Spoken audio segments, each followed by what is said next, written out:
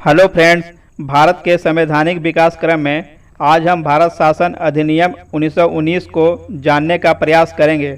तो सबसे पहले हम लोगों को इस बात को समझना होगा कि आखिर इस अधिनियम की ज़रूरत क्यों महसूस हुई, भारतीयों के दृष्टिकोण से और ब्रिटिश के दृष्टिकोण से भी। अगर मोटे तौर पर भारतीयों के दृष्टिकोण से देखा जाए तो इसमें कई कारण हो सकते हैं। जैसे कि पहला अगर कहा जाए तो 1913 में कांग्रेस पार्टी और मुस्लिम लीग के बीच एक लखनऊ में अधिवेशन हुआ था, जिसमें इस बात पर जोर दिया गया था कि राष्ट्रीय एकता को बनाए रखना है। अगर आगे फिर देखा जाए तो 1916 में लखनऊ समझौता हुआ, जिसमें 1909 के तहत जो मुस्लिमों को प्रतिनिधित्व मिला था उसको कांग्रेस पार्टी ने स्वीकार किया और बदले में मुस्लिमों द्वारा राष्ट्रीय आंदोलन में भागीदारी को सुनिश्चित किया गया।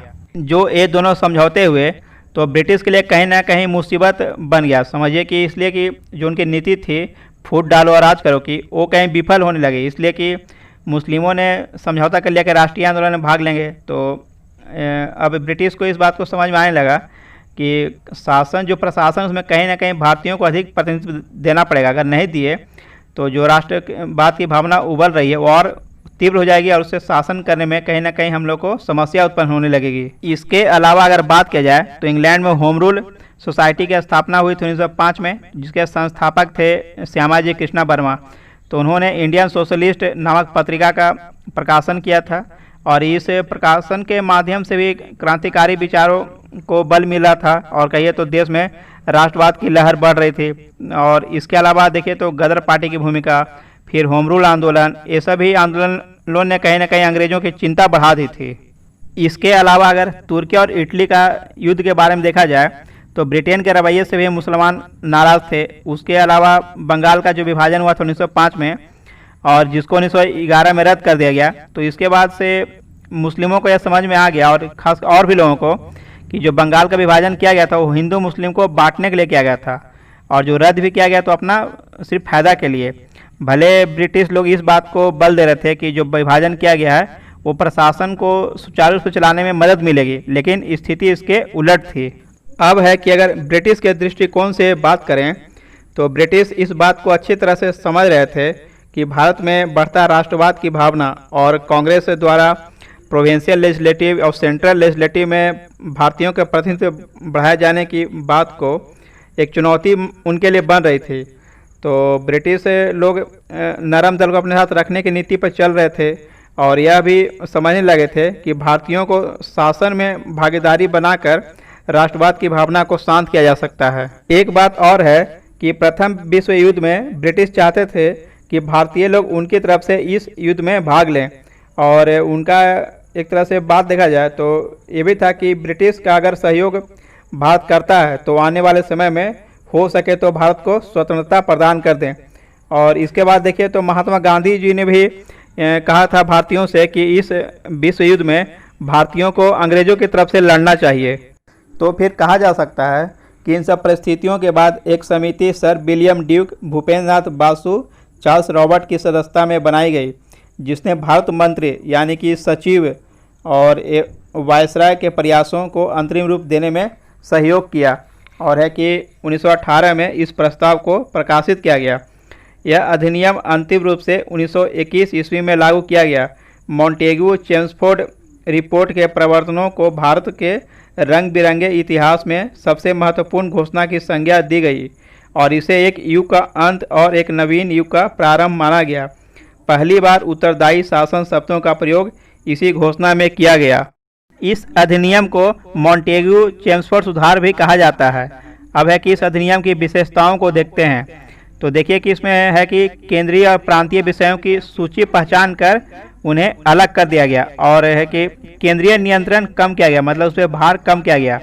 और है कि देखिए फिर कि अपनी सूचियों के विषयों पर विधान बनाने का अधिकार प्रदान किया गया, लेकिन सरकार का ढांचा केंद्रीय और एकात्मक ही बना रहा, जो कि अभी भी हम लोग देखते हैं कि सेंट्रल का पावर कहीं ना कहीं ज़्यादा है स्टेट गवर्नमेंट से।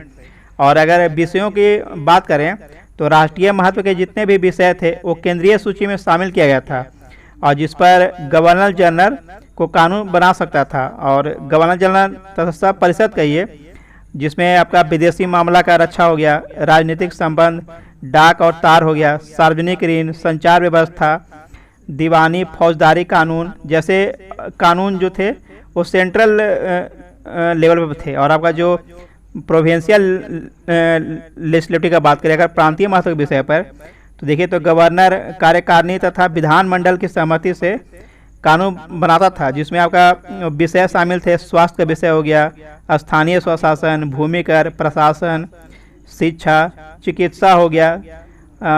इसी तरह के सहायक विषय इसमें शामिल थे। और जो समझिए कि विषय को लेकर अस्पष्टता नहीं थी वो केंद्र के अधीन माने गए थे। इसमें एक चीज़ और है कि केंद्रीय विधानसभा का कार्यकाल 3 वर्षों का होता था और है कि वायसराय उसको बढ़ा सकते थे। फिर है कि केंद्रीय विधानमंडल संपूर्ण भारत के लिए भी कानून बना सकता था।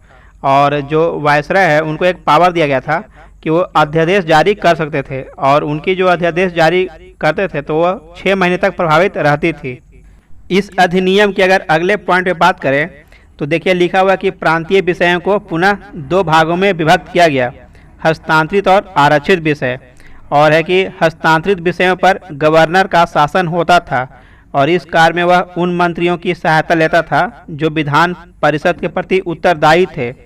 दूसरी ओर आरक्षित विषयों पर गवर्नर कार्यपालिका परिषद की सहायता से शासन करता था जो विधान परिषद के प्रति उत्तरदायी नहीं थे। यानी कि समझिए कि जो इलेक्टेड मेंबर हो गए वो विधान परिषद के प्रति उत्तरदायी रहेंगे। और फिर अगर जैसे आरक्षित विषय की बात करें तो जैसे हो गया कि सिंचाई, राजस्व, प्रशासन, पुलिस, मत्स्य क्षेत्र आ गए। और हस्तांतरित विषयों में जैसे हो गया स्थानीय प्रशासन, न्याय प्रशासन, कृषि, शिक्षा, लोक निर्माण आदि। और फिर देखिए कि इसमें आगे लिखा हुआ कि जो शासन की इस दोहरी व्यवस्था को द्वैत शासन कहा गया, जिसमें यूनानी शब्द डाइआर्की से लिया गया। और फिर ये भी कहा गया कि हालांकि यह व्यवस्था काफ़ी हद तक असफल रही। तो इसके पीछे एक कारण यह देखा जा सकता है कि देखिए तो सिंचाई तो आरक्षित विषय है लेकिन कृषि हस्तांतरित हो गया, तो इसलिए दोनों में एक दूसरे में विभेद कर पाना थोड़ा सा मुश्किल था। उसी प्रकार से देखिए तो उद्योग जो है हस्तांतरित था। फिर है कि जल शक्ति, कल कारखाने आदि आरक्षित हो गए, तो इस कारण से कानून बनाने में थोड़ा अड़चन आ सकता था कि कौन किसका विषय है। तो इस कारण से असफल कहा जा सकता है कि नीति बनाने में मुश्किल आ रही हो। इस अधिनियम के अगले पॉइंट पे बात करें तो देखिए कि लिखा हुआ कि पहली बार देश में द्विसदनीय व्यवस्था और प्रत्यक्ष निर्वाचन की व्यवस्था प्रारंभ की। इस प्रकार भारतीय विधान परिषद के स्थान पर द्विसदनीय व्यवस्था यानी राज्यसभा और लोकसभा का गठन किया गया। दोनों सदनों के बहुसंख्यक सदस्यों को प्रत्यक्ष निर्वाचन के माध्यम से निर्वाचित किया जाता था। यानी कि समझिए कि जो भी हमारे देश में लोकसभा राज्यसभा कॉन्सेप्ट है, ये देखिए तो 1919 वाला का कॉन्सेप्ट से मैच करता है। और जैसे कि जानते हैं कि राज्यसभा में कम सीट होती है और लोकसभा में ज़्यादा है, तो उसमें भी यही था कि 1919 का जो अधिनियम था उसमें 60 सीट आपको दिया गया था राज्य परिषद में और 143 सीट था केंद्रीय विधानसभा में। तो जो 60 सीट आपका राज्य परिषद में था उसमें 26 मनोनीत थे और जो 34 बच गए उनको धर्म के आधार पर दिया गया था प्रतिनिधित्व, मतलब कि फूट डालो और राज करो की नीति पे वो लोग चल रहे थे। तो जो 34 थे उसमें 20 साधारण थे, 10 मुस्लिम, 3 यूरोपियन और 1 सिखों को प्रतिनिधित्व दिया गया था। यानी कि कहिए तो सिख के लिए भी प्रोविज़न कर दिया गया था। अगर केंद्रीय विधानसभा की बात करें तो उसमें 143 सीट दिया गया था और जिसमें से 40 मनोनीत थे, जिसमें कि 26 शासकीय और 14 गैर शासकीय हुए। और जो बचे 103 सीट वो निर्वाचित मंडल के लिए आरक्षित थे और जिसमें देखा जाए तो 51 साधारण और 32 सांप्रदायिक आधार पर सीटें थी और जो 20 बचे वो विशेष थे। तो है कि सांप्रदायिक आधार पर देखा जाए तो जो 32 सीटें थी उसमें 30 मुस्लिम को और 2 सिखों के लिए आरक्षित की गई थी सीट। और उसके अलावा है कि जो 20 विशेष हुए उसमें 9 सीट यूरोपियन के लिए, 7 जमींदार के लिए और 4 वाणिज्य के लिए थे।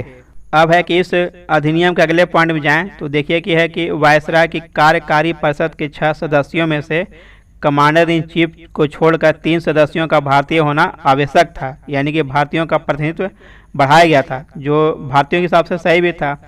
और फिर है कि इसने सांप्रदायिक आधार पर सिखों, भारतीय ईसाइयों, आंग्ल भारतीयों और यूरोपीय के लिए भी पृथक निर्वाचन के सिद्धांत को विस्तारित कर दिया। अगर इसे पहले वाला 1909 का अधिनियम देखें तो सिर्फ मुस्लिमों के लिए व्यवस्था किया गया था, लेकिन 1919 का जो अधिनियम लाया गया उसमें देखिए तो सबके लिए कर दिया गया, सिखों, ईसाइयों, आंग्ल भारतीयों और यूरोपियनों के लिए भी। और हमने देखा भी कि जो आपका राज्य परिषद है तो 60 सीट में उन लोग के लिए प्रोविज़न किया गया। फिर है कि जो केंद्रीय विधानसभा है तो वहाँ भी उन लोग के लिए सीट आरक्षित की गई थी। इसके आगे प्रोविज़न की बात करें तो देखिए कि इसमें लिखा हुआ है कि इस कानून ने संपत्ति, कर, शिक्षा के आधार पर सीमित संख्या में लोगों को मताधिकार प्रदान किया। यानी कि मत देने का अधिकार सिर्फ उनको था जो उच्च वर्ग के थे, यानी कि जो शिक्षित थे, इनके पास संपत्ति था। और समझिए जनसंख्या का बहुत कम प्रतिशत लोगों को मतदान देने का अधिकार दिया गया। इसी अधिनियम में यह भी प्रावधान किया गया कि जो सचिव थे भारत के और जो लंदन में ही रहते थे, उनके कार्यों को कम करने के बारे में सोचा गया। और इसके लिए है कि लंदन में भारत के उच्चायुक्त कार्यालय का सृजन किया। और देखिए उसमें आगे लिखा हुआ है कि भारत सचिव द्वारा किए जा रहे कुछ कार्यों को उच्चायुक्त को स्थानांतरित कर दिया गया। और है कि जो इनके वेतन का अगर बात करें तो भारतीय राजकोष से देने की व्यवस्था की गई। अगर इस अधिनियम के अगले प्रावधान की ओर देखें तो देखिए कि लिखा हुआ कि एक लोक सेवा आयोग का गठन किया गया और 1926 में लोक सेवकों की भर्ती के लिए केंद्रीय लोक सेवा आयोग का गठन किया गया। और हम लोग अभी प्रेजेंट में भी देखते हैं तो हमारे देश में देखिए तो लोक सेवा आयोग है, फिर राज्य स्तर पे भी है। तो कहीं ना कहीं ये जो कॉन्सेप्ट आ रहा है देखिए पहले से अब जो संवैधानिक विकास के क्रम में कैसे यहाँ से लिया गया और अभी भी चल रहा है। फिर देखिए कि जो अगला प्रावधान है कि पहली बार केंद्रीय बजट को राज्यों के बजट से अलग कर दिया गया। और अभी भी हम देखते हैं कि हमारे यहाँ भी केंद्र का बजट अलग होता है और राज्यों का बजट अलग होता है। तो कहीं ना कहीं ये भी यहाँ से प्रावधान कॉन्सेप्ट निकल के आ रहा है। और इसके पीछे करने का एक कारण समझा जा सकता है कि देखिए कि जो प्रांतीय विषय को सब्जेक्ट को बांट दिया गया। तो है कि सब्जेक्ट को बांट दिया तो खर्चा भी चाहिए, तो खर्चा है कि आप उसको खुद अपने अनुसार चलाइए, तो इसलिए बजट का प्रावधान कर दिया गया। इस अधिनियम के अगर अंतिम पॉइंट पर बात करें तो उसमें एक था कि वैधानिक आयोग का गठन किया गया था, जिसका कार्य 10 वर्ष बाद जांच कर अपनी रिपोर्ट को प्रस्तुत करना था। यानी कि जो अधिनियम पास किया गया उसके क्या कार्य रहे, कैसे उसके प्रोग्रेस रिपोर्ट रहे। और इसी के बाद देखिए तो साइमन आयोग का कॉन्सेप्ट कहीं ना कहीं आया भारत में। और उसके बाद है कि इस साइमन आयोग का विरोध भी हुआ, तो उसके बारे में बाद में अगले वीडियो में बात करेंगे। और वीडियो को यहीं तक रखते हैं। धन्यवाद।